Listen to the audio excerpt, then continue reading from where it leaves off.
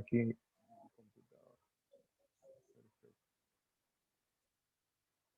Muy bien. Ya casi vamos a llegar a los 50. Me tocó hacer dos grupos porque definitivamente hay muchos que se están quedando por fuera. Entonces, por esa razón, he optado por repetir el mismo curso que tenemos hoy.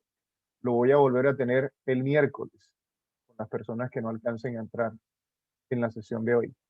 Si ustedes se dan cuenta, las fechas que hemos trazado son lunes 10 de mayo, lunes 17, 24 y 31. Es decir, durante el mes de mayo vamos a estar desarrollando este curso de discipulado. María, la perfecta discípula. Es decir, vamos a aprender a ser discípulos de quien es la mejor de las discípulas, María. Nuestro curso va desde las 8 hasta las 9 de la noche. Creo que se está grabando ya, ¿verdad? ¿Pueden verificar? Sí, aquí dice Rec que está grabando. Muy bien. Sí, se está grabando. Correcto. Entonces, vamos a iniciar ya nuestro encuentro con un repaso de lo que hicimos la vez pasada y los invito a que lo que vayamos a hacer aquí en esta noche, como de costumbre, lo vamos a hacer en espíritu de oración, como nos lo enseñó San Juan Eudes, que todo lo que hagamos, pensemos, digamos, lo hagamos en el nombre del Padre, del Hijo, del Espíritu Santo. Amén. Señor, que este encuentro sea para tu gloria y para nuestra santificación. Amén. Entonces, iniciamos. Iniciamos. La semana pasada trabajábamos la primera parte, hacíamos la introducción a lo que es Cristología desde una perspectiva del discipulado, porque aunque vamos a hablar de María, el punto central es Cristo. No se nos olvide que en la Iglesia Católica todos los estudios teológicos que hacemos tienen como eje articulador a Jesucristo. Cualquier tema de teología que nosotros estudiamos en la Iglesia Católica siempre tiene como punto central a Jesucristo. Entonces, cuando nosotros estudiamos a María, no la estudiamos por sí misma, la estudiamos porque es la madre de Jesús, porque es la perfecta discípula de Jesús, y eso no le quita mérito a María, sino que para nosotros los cristianos lo fundamental es Cristo. Él es nuestro Salvador, Él es nuestro Redentor, Él es el que alimenta la fe en Dios nuestro Padre, y en Él nosotros encontramos el referente de lo que significa ser un auténtico ser humano. Por eso, para nosotros es de suma importancia no perder de vista que estamos estudiando este curso de Mariología desde la perspectiva cristológica, porque no hay otra forma de estudiar. Entonces, veíamos la semana pasada que el discipulado cristiano tiene unas características muy particulares. Cuando Jesús habitaba en Palestina y hacía sus trayectos en la región de Palestina, normalmente lo seguía una multitud. De esa multitud, Jesús seleccionó unos discípulos y de ese grupo de discípulos constituyó unos apóstoles, 12 apóstoles para ser más exactos. Y en esa clasificación nosotros tenemos ya un referente muy importante. El referente es Cristo y la cercanía de la persona con Cristo y el nivel de compromiso que tenga la persona con respecto a Cristo. La multitud está lejos de Cristo, lo sigue, es una multitud, pero es una multitud distante. Y a nivel de compromiso, el nivel de compromiso de la multitud es mínimo, mínimo. Los discípulos es un segundo grupo, más cercano a Jesús, con unos compromisos mucho más fuertes, con unos lazos mucho más fuertes, porque el discípulo es el que sigue al maestro, el que vive con el maestro, el que aprende del maestro, el que sirve a su maestro. Entonces, los discípulos ya tienen un nivel de cercanía más grande con Jesús y por lo tanto también un nivel mayor de compromiso frente a él. El discípulo sigue al maestro, sirve y permanece. Son las tres características fundamentales de un discípulo cristiano: seguir, servir y permanecer.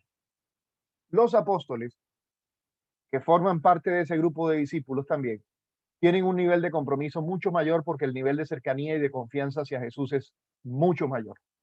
Los 12 apóstoles de Jesús son personas que siguen a Jesús sirven a Jesús, permanecen con Jesús, pero reciben una misión de Jesús. Entonces, los apóstoles se caracterizan porque tienen una misión. Son personas que tienen que cumplir con unas tareas específicas. Y en el caso de los apóstoles, la tarea es anunciar el reino, hacer como Jesús hacía, anunciar el reino. Entonces, habíamos hablado también la semana pasada, perdón, voy a admitir aquí a 10 personas más que estaban esperando y que se me había olvidado, que estaban esperando, ya ingresaron.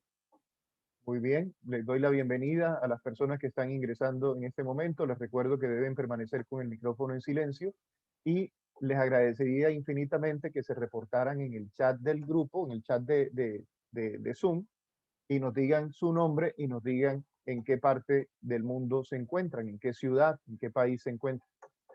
Entonces, siguiendo con este repaso, decíamos que el cristianismo es una escuela de discípulos y en esa perspectiva, en la escuela de Jesús, podíamos distinguir tres grupos: multitud, discípulos y apóstoles. Pero con María va a pasar una cosa muy particular. Con María, en el momento de la cruz, en el instante final de Jesús, surge una nueva categoría. O mejor, se logran identificar dos nuevas categorías, una que ya existía y una que surge en el momento de la cruz. Está la multitud. En el momento de la cruz está la multitud. Están los discípulos dispersos por ahí, pero por ahí andan. Están los apóstoles también dispersos. Y está el discípulo amado. Es una categoría que no aparece ahí, que empieza a surgir con la convivencia. Entonces tenemos que mucho más cercano a Jesús está la figura del discípulo a quien Jesús amaba, el amado de Jesús. Y fíjate que no ponen nombre, porque el discípulo amado puede ser tú. Y en el momento de la cruz, cuando Jesús le dice, como lo vamos a ver en el texto bíblico, madre, he ahí a tu hijo, hijo, he ahí a tu madre, aparece una nueva categoría, porque cuando tú te vuelves hermano, perdón, hijo de María, automáticamente te vuelves hermano de Jesús. Entonces tenemos una filiación divina y también una filiación mariana, una doble filiación que nos hace hermanos de Jesús, y esa categoría significa mucho más cercanía, mucho más compromiso frente a Jesús. Entonces, siguiendo con el repaso de la sesión pasada, nos encontramos acá con que estas son las características del discípulo: seguir, servir y permanecer. Seguir, servir y permanecer. Para quienes están recién llegando ahora, les recuerdo que vamos a grabar esta sesión, así que pueden después repetir el comienzo para que se ubiquen por dónde vamos. Otra de las características del discípulo es que conoce a Jesús, confía en Jesús y obedece a Jesús. Esa es la diferencia con la multitud. La multitud sigue, pero no conoce a Jesús. No lo escuchan, no aprenden de sus enseñanzas. Como el discípulo conoce, como el apóstol conoce, como el discípulo amado conoce, como el hermano de Jesús, el que está cerca de Jesús, lo conoce, por eso confía. El que no confía en Jesús es porque no lo conoce. Y el que confía obedece a Jesús. Obedece a Jesús. Entonces, terminamos haciendo una distinción de quién es el antidiscípulo. Es decir, lo totalmente opuesto a un discípulo es aquel que desconoce a su maestro, no confía en su maestro y por eso desobedece a su maestro. Bien, ya dijimos entonces lo que es un discípulo y ya aclaramos lo que no es un discípulo. Siguiendo en ese orden de ideas, entonces nos quedamos con estas tres ideas. El discípulo debe aprender a continuar y a completar la vida de Jesús en su propia vida, como lo decía San Juan Eudes. El cristiano para San Juan Eudes, ¿quién es? El cristiano es alguien que continúa y completa la vida de Jesús en la tierra. Y para poder continuar y completar la vida de Jesús, Mauricio Pareja, Mildred Navarro, ¿quién más está? Carmelo Espitia, Carmen Pizarro, ¿quién más? César Acosta, todos ustedes, al igual que yo, si nos llamamos discípulos, tenemos que continuar y completar la vida de Jesús en nuestra casa, en nuestro barrio, en nuestro trabajo. Y para poder hacerlo, tenemos que aprender a pensar como Jesús, aprender a sentir como Jesús, aprender a actuar como Jesús. Y si ustedes recuerdan, La psicología nos ha enseñado que eso es lo que caracteriza a un ser humano. Los seres humanos pensamos, sentimos y hacemos. Y los problemas psicológicos se generan cuando pensamos una cosa, sentimos otra cosa y hacemos otra cosa. Es decir, cuando somos incoherentes. La vida cristiana entonces reclama coherencia, coherencia y coherencia interna con uno mismo en primer lugar. Que lo que yo piense, lo que yo siente y lo que yo haga sea una unidad. Y también en ese pensar, sentir y actuar tenemos que sintonizarnos con los pensamientos de Jesús, con los sentimientos de Jesús y con el actuar de Jesús. Recuerden que estamos repasando lo de la semana pasada. Una vez aclarado lo que es un discípulo, una vez aclarado cómo podemos identificar a un discípulo, entonces echamos un vistazo a unos textos bíblicos que nos hablan de María y que nos muestran cómo María es, no es que fue, es la perfecta discípula. Aún hoy, María es la perfecta discípula. Entonces tenemos el texto en donde identificamos esa doble condición de María, de discípula y de apóstol, de misionera también. Miren ese, el anuncio del nacimiento de Jesús, que ya lo mirábamos la semana pasada. María asume una actitud propia de un discípulo. Es un deseo por conocer más. Es alguien que escucha, dame Señor oído de discípulo, así dice la Biblia. Y es una mujer que no es tibia, es una mujer que responde con firmeza, es una mujer que asume su realidad. Acuérdate lo que dice Apocalipsis capítulo 3, si no estoy mal. Porque no eres, no es Apocalipsis 3, creo que es el 3. Si alguien encuentra el texto bíblico, se lo agradecería. Porque no eres ni frío ni caliente. Correcto, 3:21. es correcto. Porque no eres ni frío ni caliente, te voy a vomitar de mi boca. Cristianos tibios, eso no existe. Yo no sé si en política, en otro lado puede la gente ser tibia, pero en el cristianismo no. En el cristianismo o eres frío o eres caliente. O estás con Cristo o estás en contra de él. Sí, eso es como el embarazo. Ay, no, que estoy medio embarazada. Esa vaina no existe. ¿Quién dijo? Eso no funciona. O estás o no estás. Entonces, acá el asunto es que en la vida cristiana, ¿qué significa ser cristiano? Significa seguir a Jesús, servir a Jesús, permanecer al lado de Jesús. Fíjate que no estamos hablando de una cuestión moralista, estamos hablando de fe. El cristianismo, en primer lugar, no es una cuestión moral, es una cuestión de fe. Porque es que hay gente que cree que tiene que estar cumpliendo los 10 mandamientos a la perfección, viviendo el evangelio al pie de la letra para poder decir, soy cristiano. No, señor, no te equivoques. Porque si es así, nadie sería cristiano. Ser cristiano significa conocer a Jesús, confiar en Jesús, obedecer a Jesús, hacer un esfuerzo por obedecer a Jesús, permanecer en Jesús. Y tú y yo sabemos que en ese camino tropezamos, nos sobamos, nos levantamos y seguimos caminando. Entonces, no tienes que decir que para poder ser cristiano tienes que ser perfectamente cristiano, tienes que ser un santico, que no cometes errores, que no cometes pecados. No, señor. No, señor. El asunto del cristianismo no es un asunto moral, es un asunto de fe en primer lugar. Una vez que tú te das cuenta que lo fundamental es conocer, confiar y obedecer, entonces ahí sí viene el efecto que tiene eso en tu conducta, que es la parte moral. Entonces, el cristianismo en primer lugar es fe y en segundo lugar es acción. Es decir, en segundo lugar es vida coherente con esa fe. Eso significa que yo trato de cumplir lo que me pide el Evangelio, yo trato de cumplir las enseñanzas de la Sagrada Escritura, yo trato de cumplir. A veces acierto, a veces me equivoco. Miren, tan es así que la Iglesia Católica reconoce que hay un sacramento que se llama el sacramento de la confesión o de la reconciliación. Si no fuera así, ese sacramento no existiría. Ahora, ¿por qué existe? Porque Dios es consciente, plenamente consciente, porque Él fue el que nos hizo. Él sabe del barro del cual estamos hechos. Y miren a María. ¿Qué hizo María? María, antes de decir cualquier otra cosa, ella dijo, sí, confío, hágase en mí según tu palabra.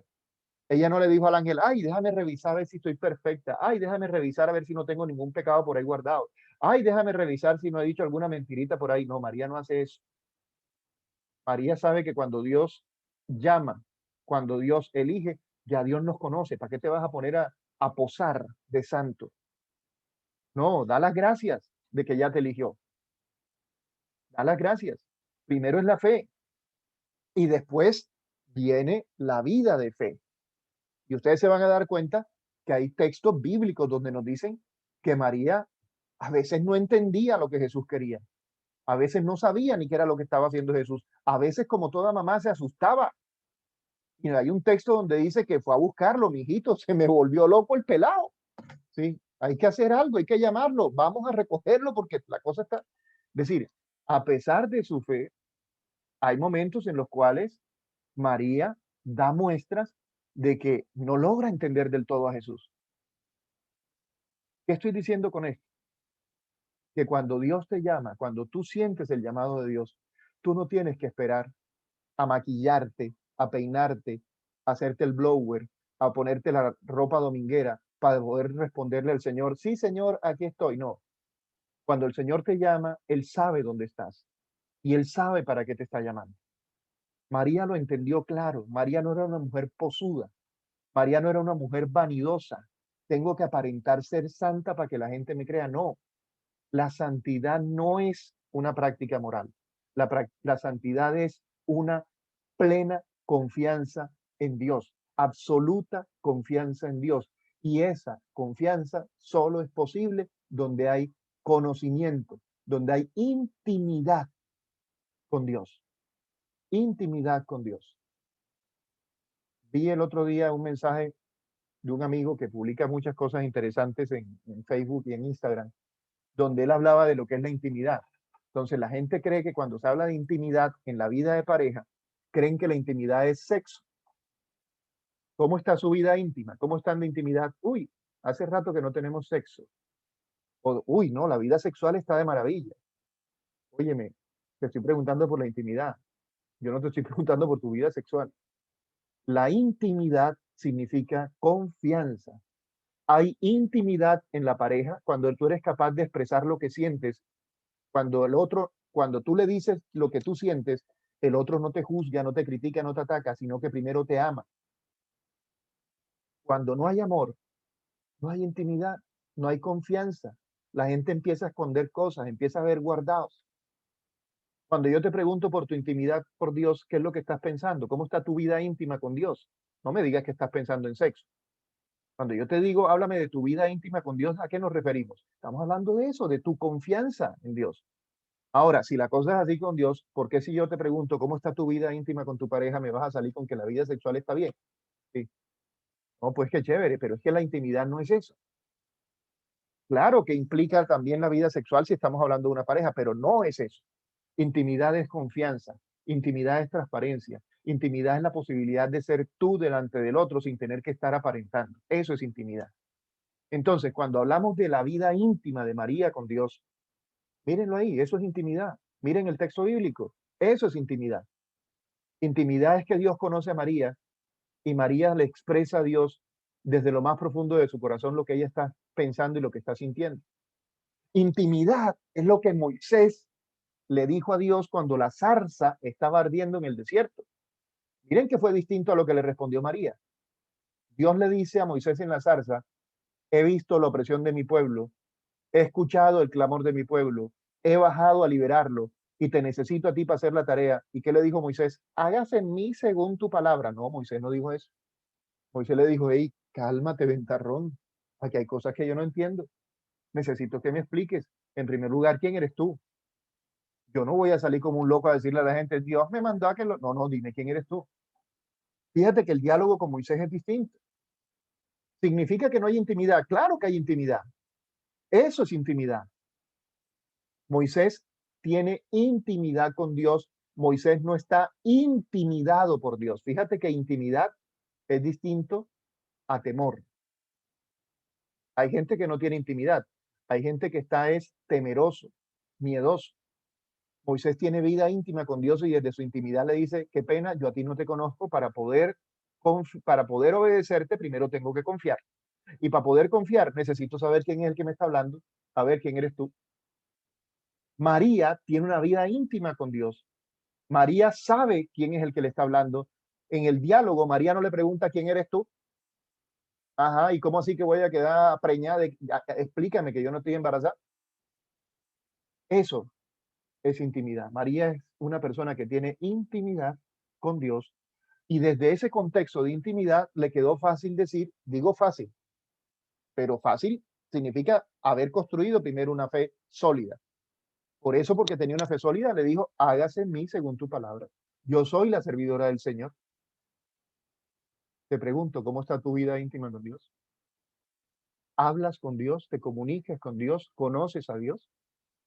Aquí no estamos estudiando a María, la perfecta discípula, simplemente para que te ganes un diploma, porque diploma no hay. Yo no doy diplomas. Estamos estudiando a María porque sabemos que María nos va a enseñar cómo construir intimidad con Dios, cómo conocer mejor a Dios, cómo experimentar el amor de Dios y cómo aprender a confiar en medio de esto, en medio del COVID, en medio del maremándum político que está Colombia y en el que está el mundo entero. ¿Cómo hacer para no tener miedo en un mundo tan convulsionado? ¿Cómo hacer para decir, todo lo puedo en Cristo que me fortalece? ¿Cómo hacer para decir, nada me separará del amor de Dios? Ni la muerte, ni la enfermedad, ni la pobreza, ni la riqueza, nada me separará del amor de Dios. Bueno, para poder hacer eso, primero tienes que conocer a Dios. Y eso es lo que nos dice María. Siguiendo con lo que hablábamos la semana pasada, entonces nos encontramos acá con la visita de María Isabel. Es decir, María no se guarda su experiencia de fe, su experiencia de amor con Dios. No es una experiencia intimista, egoísta. No, María sale a anunciarlo. Por eso María es la perfecta discípula, porque el perfecto discípulo no solo es el que escucha, el que aprende del maestro. El discípulo es también un apóstol. María es discípula y María es misionera, es apóstol. ¿Y a quién sale a anunciarle? María se dijo, no, yo mejor me voy a África a evangelizar a África. No, yo mejor me voy a la China a evangelizar a China, porque los misioneros son los que evangelizan en China, ¿no, señor? María sale a cumplir su misión, empezando con los más cercanos. ¿A dónde fue? A la casa de su prima. Te pregunto, ¿tú a tus primos le cuentas sobre tu fe? ¿Le hablas sobre tu fe? Ay, no, es que mis primos se burlan. No, es que no tienen por qué burlarse. Tú le puedes hablar simplemente mostrándole lo que tú eres y mostrándole lo que tú vives. No, pero es que a veces ellos dicen que yo soy una rezandera, yo soy un rezandero y que soy un hipócrita y que yo no cumplo lo que hago en los cursos.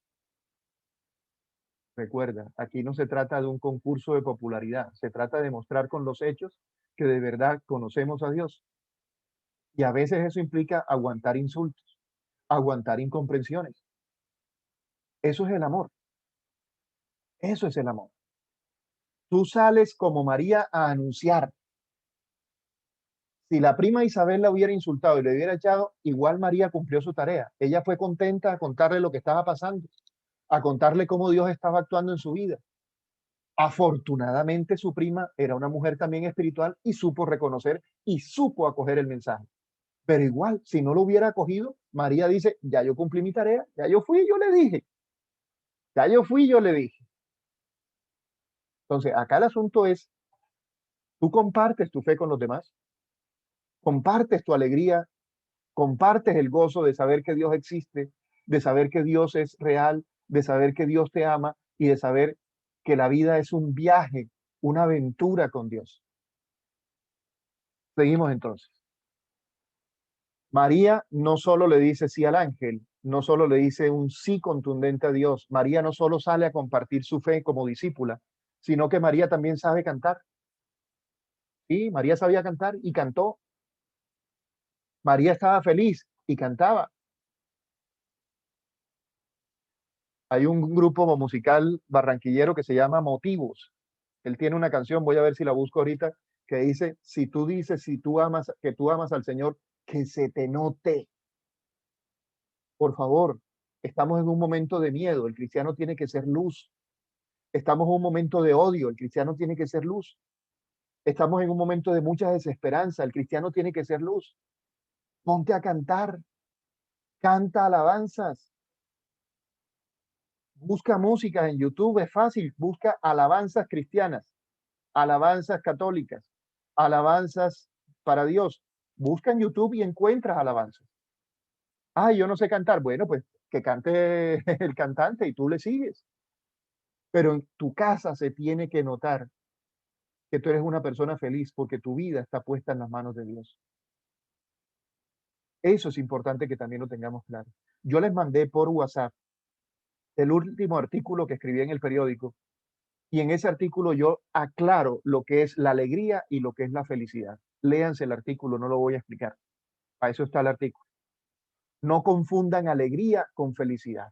La alegría es un acto, la alegría es una emoción. Los que se vieron la película intensamente, ¿se acuerdan? El muñequito de color amarillo, esa era la alegría.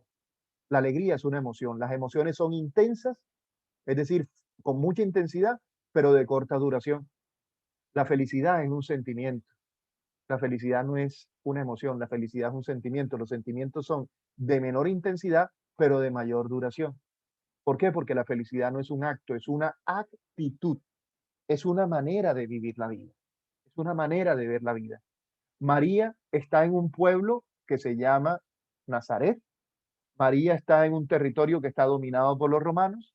María está en una situación no tan bollante económicamente. Era una familia humilde en un pueblecito pequeño, olvidado del imperio romano, donde había mucha gente mala también, donde había mucho vandalismo, donde había mucho ultraje, donde había humillaciones para el pueblo judío. María era feliz ahí. María aprendió a ser feliz ahí. María cantaba y le cantaba a Dios y estaba feliz porque sabía que Dios era poderoso y que Dios era su Salvador. Eso hacen los discípulos. Los discípulos no vomitan odio. Los discípulos iluminan con amor. Si tú dices que tú amas al Señor, que se te note. Entonces tenemos, el discípulo conoce a Dios y porque conoce, confía y porque confía, obedece. Ese es el primer texto bíblico que veíamos, el anuncio del ángel. El discípulo es alguien que sale a anunciar la buena noticia del amor de Dios, así como lo hizo, y empieza por los que tiene más cerca, en este caso, la prima Isabel.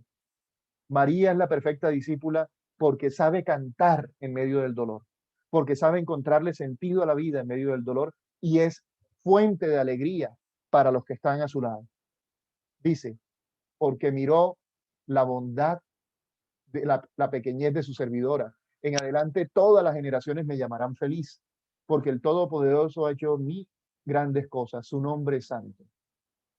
Bueno, continuamos entonces con el repaso de la semana pasada y nos encontramos acá con Jesús en el momento de la cruz. Imagínense una mamá viendo a su hijo humillado, golpeado, zaracutriado.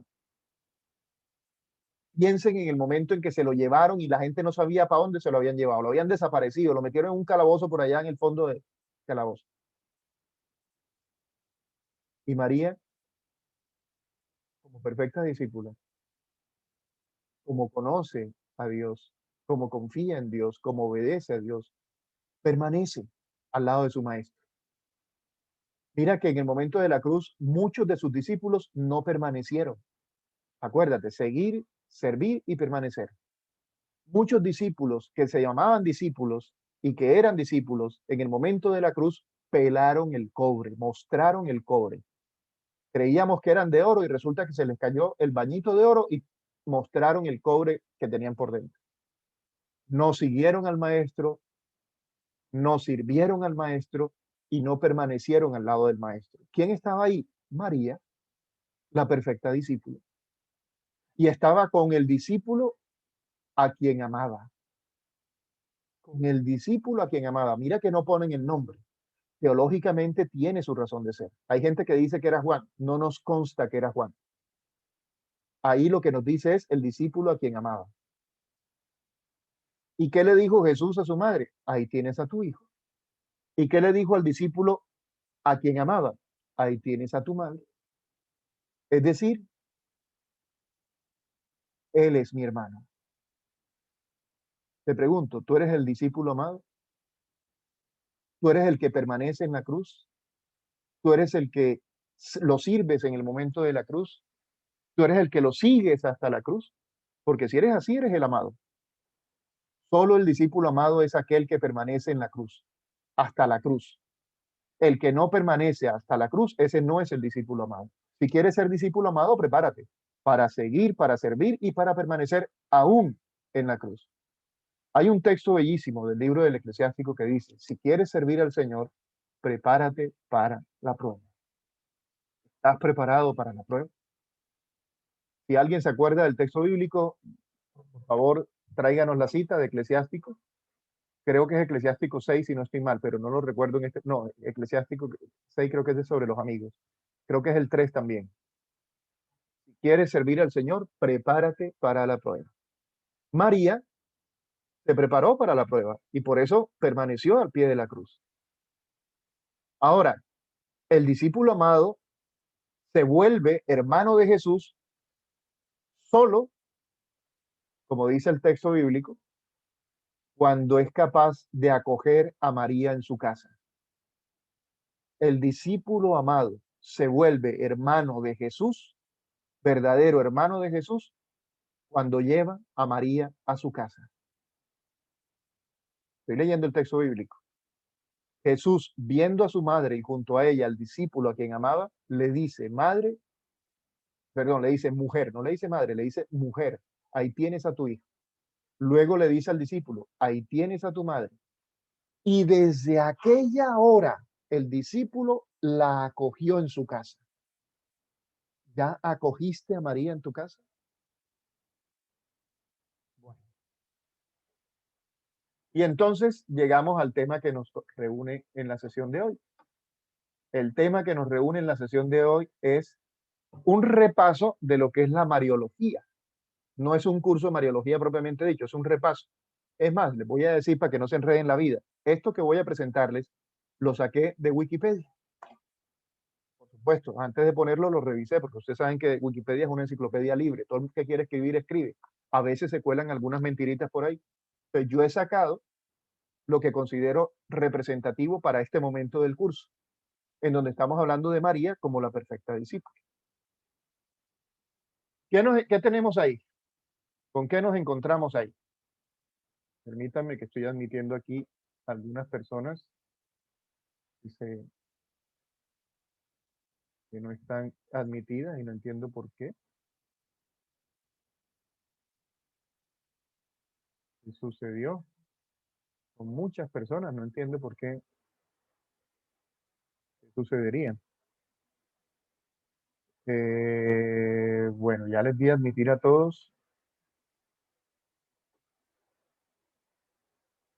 Me pregunta Vera, Mauricio, ¿usted nos puede hacer el favor de regalarnos las diapositivas y cómo hago para buscar la grabación y repasar?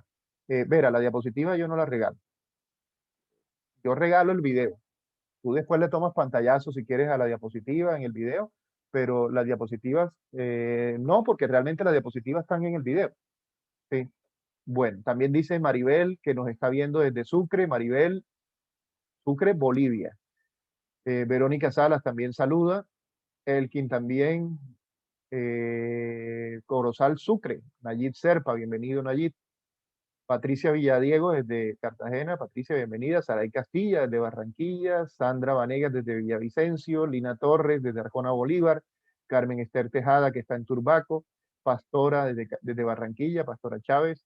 Dubis desde Cartagena. Margot desde Cartagena. Bueno, estoy saludando a los que escribieron en el chat de Zoom, haciendo su reporte de que están aquí presentes. También nos saluda Ingrid Colón desde Guatemala. ¿Quién más? Bueno, por supuesto, también está Dayerlina desde Maracaibo, Venezuela. Seguimos entonces. Vamos a empezar entonces ahora, ya son las 1:30, vamos muy bien de tiempo, hicimos el repaso de lo que habíamos trabajado la semana pasada. Como les decía, eh, el, la sesión de hoy se está grabando. Y por favor estén pendientes, si en algún momento deja de grabar, avísenme para que no vayamos a tener problema con eso. Segunda parte, María, la perfecta discípula. Repasemos lo que les había dicho la vez pasada. Existe la multitud, los discípulos y los apóstoles. La multitud está lejos, poco compromiso. Los discípulos están más cerca, mayor compromiso. Los apóstoles están mucho más cerca, el compromiso es mayor. El discípulo es el que sigue, el que sirve y el que permanece al lado de Jesús. El discípulo, para poder hacer eso, tiene que conocer a su maestro, tiene que confiar en su maestro y tiene que obedecer. El antidiscípulo hace todo lo contrario. no confía en su maestro, desconfía de él porque lo desconoce y por lo tanto no lo obedece. Ya dijimos que María es la perfecta discípula y vamos a hablar ahora rápidamente de la Mariología. ¿Qué es la Mariología? Cuando nosotros hablamos de Mariología, ¿a qué nos referimos? Es la parte de la teología cristiana que se dedica a la Virgen María. Ya, así, facilito. Estoy tomando, repito, información de Wikipedia. El que quiera puede buscarlo en internet y en Wikipedia colocan Mariología y aparece esto. No voy a presentar todo, saqué lo que me interesa para la reflexión de esta noche. Además del estudio de su vida, tal como se refleja en los evangelios, la Mariología realiza interpretaciones acerca de los distintos dogmas y doctrinas marianos. Su naturaleza, por ejemplo, la Inmaculada Concepción de la Virgen, la Asunción de la Virgen, la coronación de la Virgen, etcétera. Su papel en la salvación, mediación, María Mediatrix, corredención, como corredentora, etcétera. Sus advocaciones, Reina de los Cielos, Madre de la Iglesia, Perpetuo Socorro, Esperanza, etcétera. Y cómo debe realizarse su veneración o culto, lo que se llama el culto mariano, que técnicamente se le conoce como hiperdulia. Eso es lo que se estudia cuando se estudia Mariología. Mientras que en las iglesias de la Reforma Protestante, el papel de la Virgen es muy reducido, bastante reducido. Mientras que en el catolicismo, en el anglicanismo y en la iglesia ortodoxa se destaca mucho más. Fíjense que yo no me estoy metiendo en el tema teológico, simplemente estoy diciendo eso es lo que se estudia en Mariología. ¿Por qué? Porque yo sé que aquí hay personas católicas, aquí hay personas de la Reforma Protestante, evangélicos, bautistas, metodistas, y hay incluso personas que son ateas. Pues yo simplemente les estoy informando. Miren, eso es lo que se estudia en Mariología.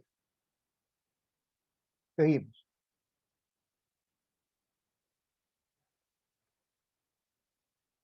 Entre las acusaciones que suele hacerse de parte de los protestantes hacia el catolicismo están las de desarrollar una adoración y veneración anticristiana de María, lo que se describe como un marianismo o incluso como una mariolatría, así como de inventar doctrinas no basadas en las escrituras y que dan a María un estado de semidios, como si ella fuera un semidios, buscando duplicar en la vida de María eventos similares a los de la vida de Jesús. Entonces, repito, esa es la situación actual, desde el mundo católico y desde el mundo protestante. Igualmente, la Reforma Protestante niega la conveniencia de títulos como Reina de los Cielos, Nuestra Madre del Cielo, Reina del Mundo o Mediatriz. La posición de la Iglesia Católica es que María era una mujer, es decir, era un ser humano, y por lo tanto no debe ser adorada. No es válido desde el punto de vista católico un culto a la Virgen María como si fuera un culto a Dios. Eso se llama latría. Pero para los católicos, María sí es considerada parte del grupo de los santos de la iglesia y que dentro del grupo de los santos, María merece una especial devoción o veneración. Por eso se llama dulia o dulía. Sigo diciendo, yo solamente les estoy contando por cultura general qué es lo que piensan los católicos, qué es lo que piensan los protestantes. Si tú eres católico, ya tú sabes qué es lo que piensas. Si tú eres protestante, ya tú sabes qué es lo que piensas. Si tú eres católico, ya sabes qué es lo que piensan los protestantes. ¿Para qué sirve eso? Hombre, para no desgastarnos en discusiones bobas, inútiles. Yo no me imagino a María feliz en el cielo viendo como un católico ataca a un protestante, lo humilla y lo ofende. Y no creo que Jesucristo se sienta muy feliz viendo cómo un evangélico o un bautista insulta, ofende, maltrata a un católico. Yo no me imagino esa escena. Yo no me imagino a María sentada en una mecedora, ni me imagino a Jesús sentado en una mecedora diciendo, dale, creo, insúltalo, pégale, garnatealo. No, no, yo no me imagino eso. Ese plan de verduleros, eso lo hacemos nosotros los seres humanos, que nos gusta alimentar el ego. Le demostré que nosotros sabemos más. Para mí, eso es lo más anticristiano que hay. Si quieren mostrar que realmente son cristianos, muéstrenlo en su capacidad de amar. en su capacidad de respetar al otro.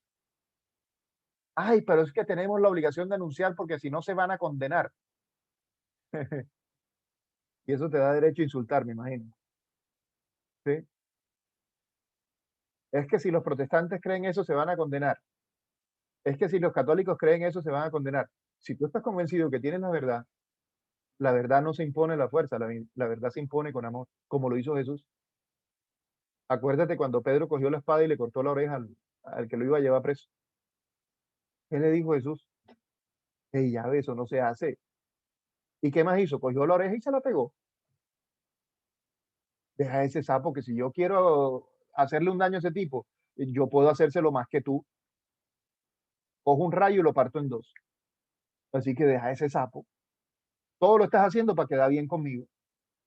Y también, tanto lo estás haciendo que me vas a negar 3 veces antes de que antes de que cante el gallo.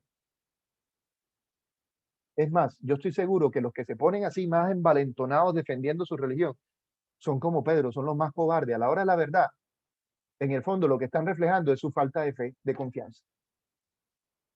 Un verdadero cristiano es una persona que se caracteriza por pensar como Jesús, sentir como Jesús y actuar como Jesús. Pare de contar. Pregúntate si tu comportamiento corresponde al comportamiento que tendría Jesús. Seguimos.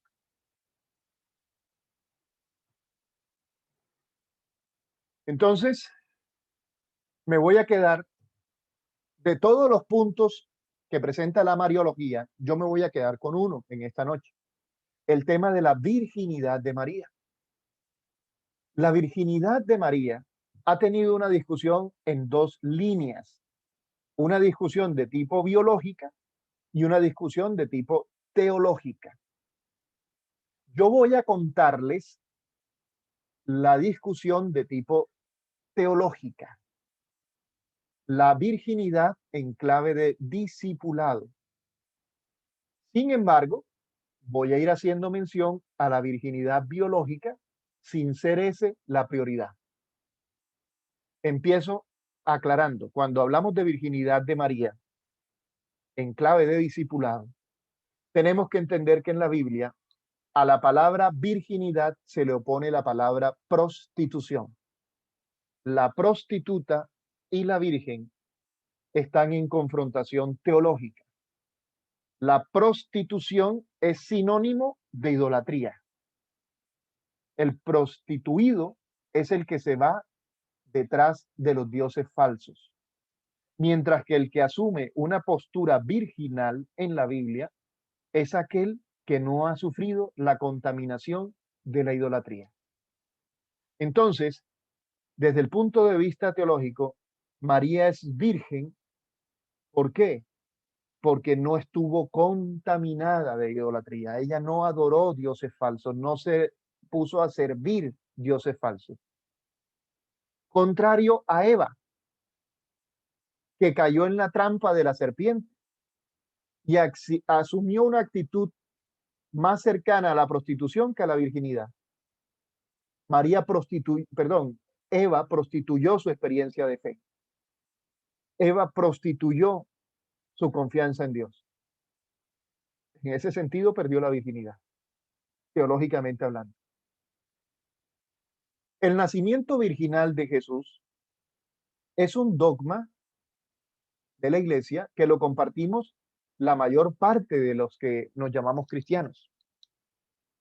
En cambio, la virginidad de María, mantenida de forma perpetua, es decir, del parto, en el parto y después del parto, es negada por algunas iglesias protestantes que la consideran contradictoria con las referencias del Evangelio, referencias que se hace a los llamados hermanos de Jesús.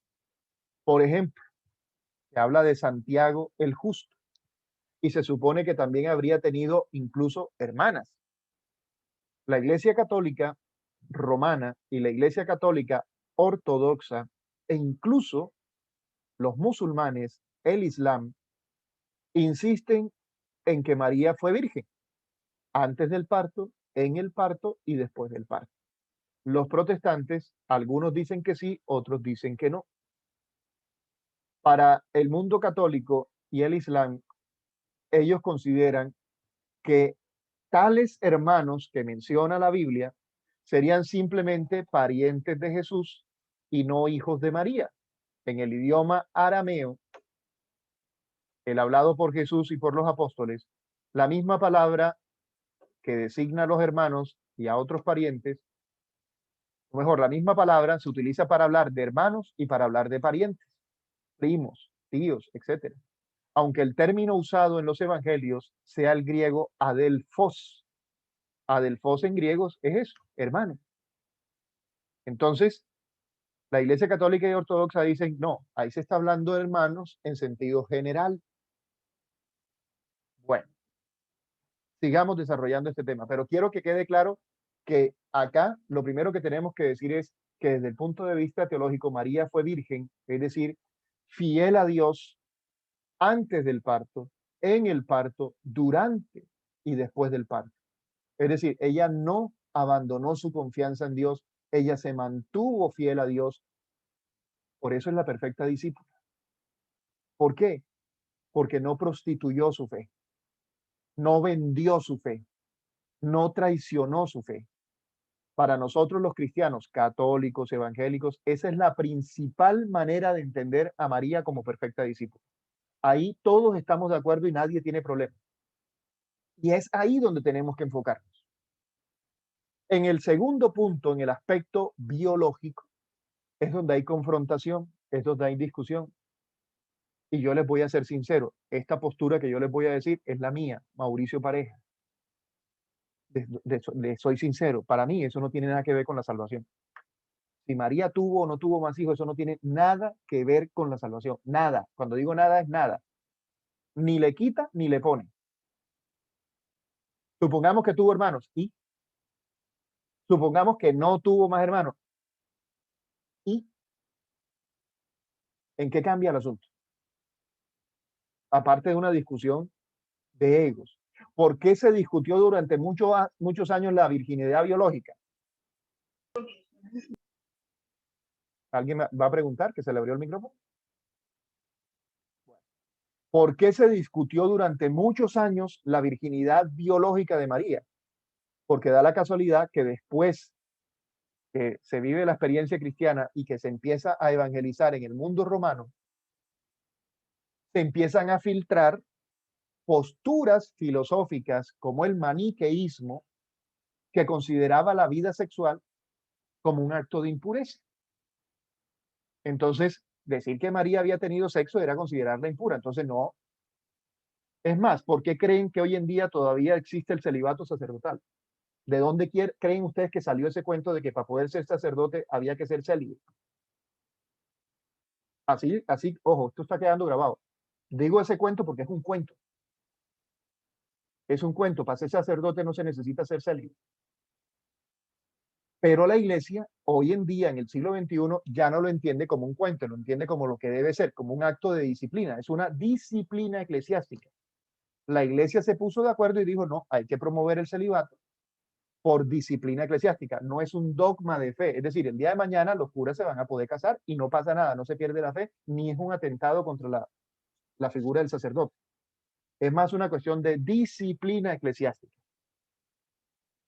Las religiosas, la consagración virginal de las religiosas debe ser, se consagran y son vírgenes porque quieren servir mejor a la iglesia. Si no lo hacen por eso, están mal paradas, están mal parqueadas. Si alguna religiosa está guardando su virginidad porque cree que el sexo es impuro, hey, eso no es, está perdiendo el tiempo en donde está metida. ¿Sí? Un sacerdote que diga, yo soy sacerdote porque no me quiero contaminar porque el sexo es impuro, está perdido del mapa. ¿Quién dijo? La virginidad consagrada es una virginidad para el servicio de la iglesia. Es una virginidad para santificarse dentro de la iglesia, sirviendo a los demás. Entonces, si María tuvo o no tuvo más hijos, primero, no tiene nada que ver con la salvación. Segundo, la virginidad de María, en primer lugar, es una virginidad de carácter teológico. María no prostituyó su fe, ni antes, ni durante, ni después. Siempre fue fiel a Dios. ¿Por qué? Porque conocía a Dios, confiaba en Dios y lo obedecía. Fue virgen todo el tiempo. Ahora, la virginidad biológica puede ser relevante en el sentido también en que no hay testimonios que nos garanticen que María tuvo más hijos, como lo vamos a ver ahorita. Es decir, si usted quiere acercarse a la historia como dato histórico, y este también es mi posición, Mauricio Pareja. A ver, yo, Mauricio Pareja, yo sí creo que María fue virgen. Antes del parto, durante el parto y después del parto. Yo sí lo creo, yo, Mauricio Pareja. Si usted no lo quiere creer, no lo crea. Para usted eso ni le va a quitar ni le va a poner. A mí sí, Mauricio Pareja, yo sí creo que María no tuvo más hijos. Y tengo mis razones para creerlo. Pero si usted quiere creer otra cosa, vaya y venga. Ahora, voy a hablarles de la virginidad biológica. Las razones por las cuales los católicos decimos por qué creemos que María fue virgen. Lo voy a mostrar con textos bíblicos. Repito, no quiero que entremos en una discusión porque no vale la pena. Si vamos a hacer una discusión, la vamos a hacer desde el plano teológico. Porque María es la perfecta discípula, no por haber sido biológicamente virgen. María es la perfecta discípula porque María fue teológicamente virgen. Por eso fue la perfecta discípula. Y por eso tú puedes aprender a ser el perfecto discípulo hoy. Puedes aprender a ser un verdadero discípulo. No te prostituyas con lo que el mundo te está diciendo. Con lo que el mundo te está diciendo. ¿Cuánto católico desaforado no anda por ahí rindiéndole culto a la lujuria, al dios sexo? No controlan su vida sexual. Descontrolado. Eso sí, pasan metidos en misa y pasan metidos en la adoración al Santísimo y pasan rezando todo el día. ¿Cuántos cristianos no han prostituido su fe haciendo tramoyas en la vida política? Malandrines, como le llaman por ahí. Eso es prostitución. Estás adorando al Dios dinero. Eso es prostituir la fe. Bueno, miremos lo que dice acá el texto bíblico. Vamos bien de tiempo, ya vamos a terminar. Quiero que miremos. Se enseña que María fue virgen antes, durante y después del nacimiento de Jesús. Es decir, no tuvo más hijos tras el nacimiento de Cristo. Eso es negado por la casi totalidad de las denominaciones protestantes que consideran los siguientes pasajes como evidencia de que María sí tuvo otros hijos además de Jesús. Los textos en los que se hablan de los hermanos de Jesús son Mateo 12:46, Mateo 6:3, Juan 7:5, Hechos de los Apóstoles capítulo 1, versículo 14 y Primera de Corintios capítulo 9, versículo 5. Por ejemplo, todavía estaba hablando a la muchedumbre cuando su madre y sus hermanos se presentaron fuera y trataban de hablar con él para llevarse. Fíjense que el asunto es tan teológico que en esa discusión, cuando se lo fueron a llevar, Jesús preguntó, ajá, ¿y quiénes son mi madre y mis hermanos? Y él mismo se responde, mi madre y mis hermanos son aquellos que escuchan la palabra y la ponen en práctica. Aquellos que escuchan la palabra de Dios y la ponen en práctica. Esos son mi madre y mis hermanos. Como para que no quede duda de que el asunto es teológico, no biológico. Marcos capítulo 6, versículo 3. ¿Qué decía la gente? No es ese el hijo del carpintero, ese no es el hijo de María, el hermano de Santiago, de José, de Judas y de Simón. Y no están sus hermanas también aquí entre nosotros. Y se escandalizaban a causa de él. Juan capítulo 7, versículo 5. Es que ni siquiera sus hermanos creían en él. Hechos 1:14. Todos ellos perseveraban en la oración con un mismo espíritu en compañía de algunas mujeres. María, la madre de Jesús, y de sus hermanos. Y Primera Corintios capítulo 9, versículo 5. No tenemos derecho a llevar con nosotros una mujer cristiana como los demás apóstoles y los hermanos del Señor y Cefas. Bueno,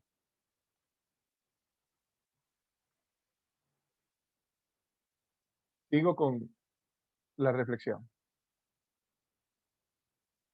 Esto, sin embargo, eso que acaban de ver ustedes ahí, es en realidad una interpretación errónea desde el punto de vista católico, aclaro, del texto bíblico.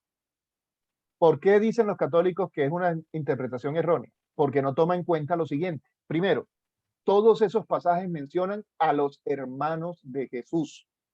Ninguno habla de los hijos de María. Están hablando de los hermanos de Jesús, lo cual no significa que sean hijos de María. Eso es particularmente importante si consideramos que tanto en hebreo como en arameo, el dialecto que se hablaba en Palestina en el siglo I, la palabra hermano se refiere no solo a los hermanos carnales, sino familiares de cualquier grado de consanguinidad, primos, etc. Cuando se redactaron los evangelios, el término más adecuado para traducir a Hak, que es el hebreo, el arameo, fue la palabra adelfos, que significa hermanos carnales. Es por eso que es posible rastrear los padres de casi todos los supuestos hermanos que menciona Marcos 6, versículo 3. Todos tenían papá y todos tenían familia que no eran familia de Jesús directamente, eran primos o algo así. Dice, todos excepto Simón el cananeo, quien por su origen, ya el mismo nombre lo dice, cananeo, era de Caná. El cananeo tampoco pudo haber sido hijo de María porque era el cananeo de Caná. Los pasajes anteriormente mencionados en realidad indican que para Jesús lo verdaderamente importante era el parentesco en la fe y no el parentesco por la sangre, tan apreciado por los judíos de su época. Segundo, si insistimos en utilizar el término hermanos para significar hermanos de carne y por ende hijos de María, tendríamos entonces que aceptar también como evidencia de esos supuestos hijos lo siguiente. 1 Corintios 15:6. Luego se apareció a más de 500 hermanos a la vez. Carajo, ustedes sí creen que Jesús tuvo 500 hermanos. De verdad, no me digan. La mayoría de los cuales viven aún. Hablando el que escribió 1 Corintios, que fue Pablo. Pero algunos ya duermen. Entonces, la palabra hermano en ese contexto tiene otro significado. Seguimos. De haber tenido Jesús más hermanos, no tendría sentido ni habría sido necesario haber dejado el cuidado de su madre al discípulo que más amaba, y no a uno de esos supuestos hermanos, tal y como lo hace en Juan capítulo 19, versículo 26. Cuarto, resulta particularmente extraño que teniendo Jesús más hermanos carnales, como se afirma en el protestantismo, no exista la más mínima evidencia de que durante los primeros siglos alguien apareciera alguna vez reclamando parentesco lejano con Jesús. Algunos podrían argumentar una teoría de conspiración de la iglesia para silenciar esas voces, pero esto no tendría mucho sentido si tomamos en cuenta que la iglesia de los primeros 4 siglos fue una iglesia perseguida, torturada y martirizada, y no tenía en consecuencia poder, como lo tiene hoy o como lo tuvo en otras épocas, para silenciar gente que no pensara como ellos. 5. De María se dijo, o mejor, de María haber tenido más hijos, Jesús sería el único caso en toda la escritura en el que un hijo, producto de un milagro y anunciado por el Señor, termina no siendo el hijo único de su madre. Ahí están los textos, lo pueden mirar después. Asegurar que María tuvo más hijos implica no conocer en absoluto la idiosincrasia de los judíos que no eran capaces de adueñarse. Bueno, esa es otra explicación. Lo van a leer ustedes y no me quiero demorar. Esa es la postura católica. Eso es lo que dicen los católicos. Las iglesias de la Reforma dicen, no señor, que Jesús sí tuvo más hermanos. Yo les pregunto, ¿valdría la pena ponernos a desgastar en una discusión en algo que desde mi punto de vista no tiene nada que ver con la salvación? No tiene nada que ver con la salvación. Recuerden lo que estudiaron conmigo el curso de hermenéutica bíblica.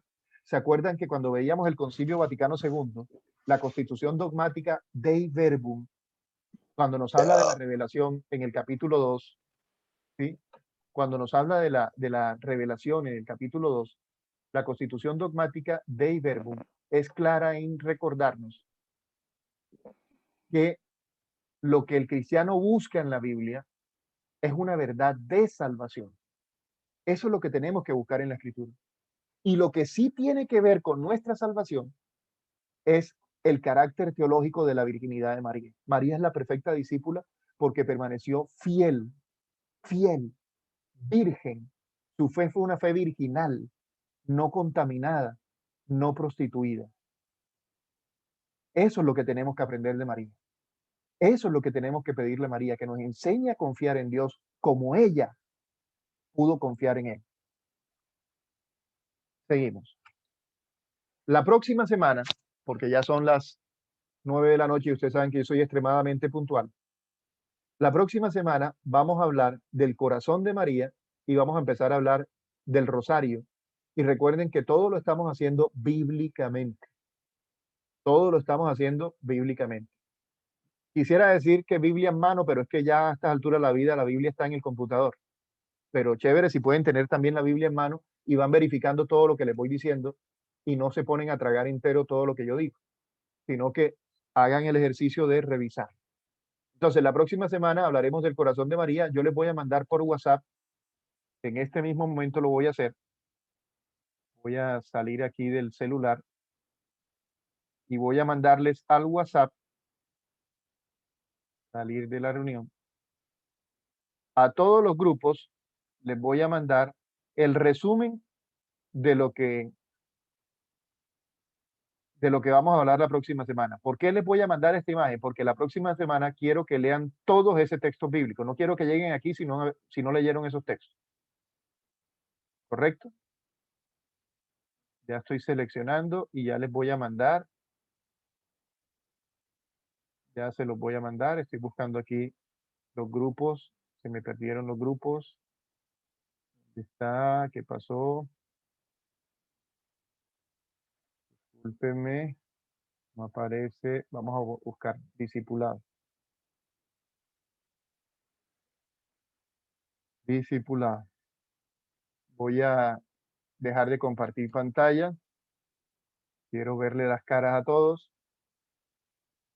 Hoy entraron 82 personas, alcanzaron a entrar. Veo que se me salieron 2. De pronto se desconectaron.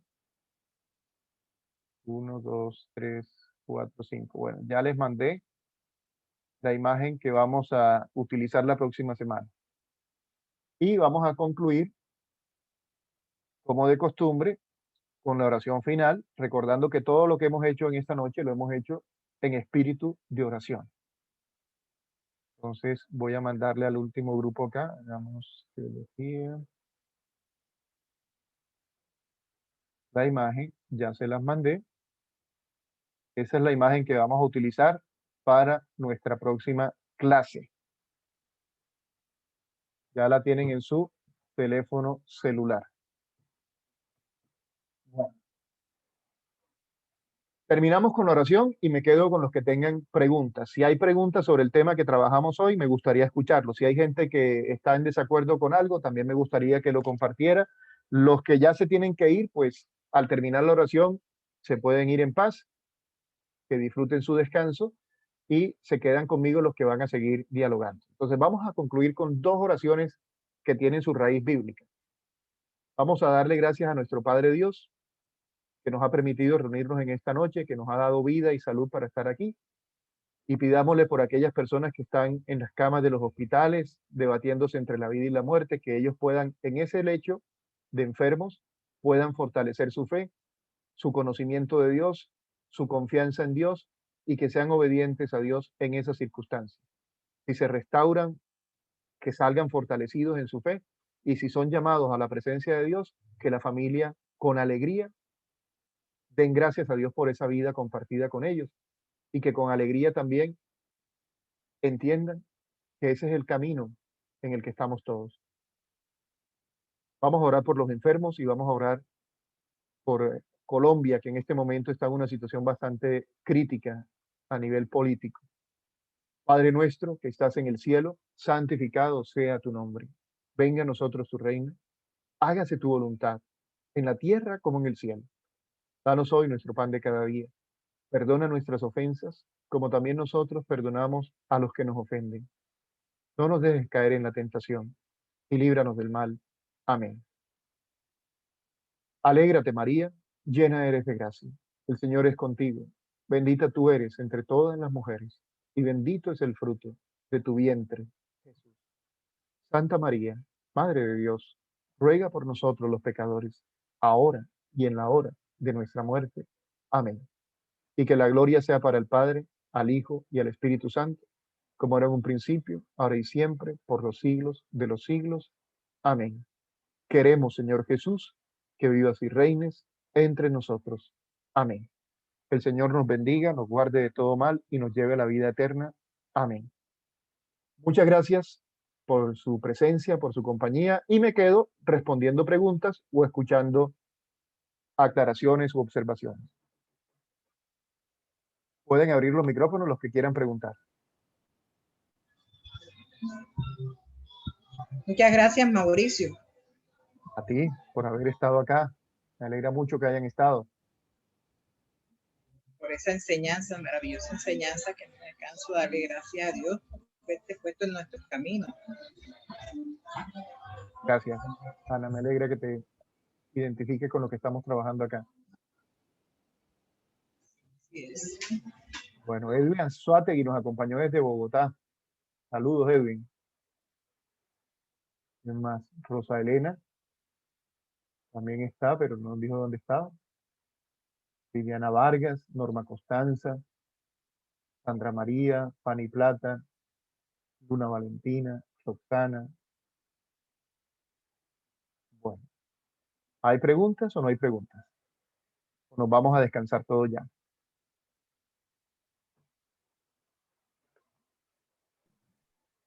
Muchas gracias, Mauricio, por el tiempo que nos regalas también. Dios te María bendiga.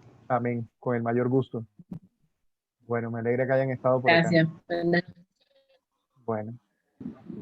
Bueno, si no hay preguntas, nos vamos. Voy a dejar descargando la grabación, a ver si esta misma noche la puedo poner y se los mando por el chat de WhatsApp para que todos puedan tener la grabación mañana. Feliz noche.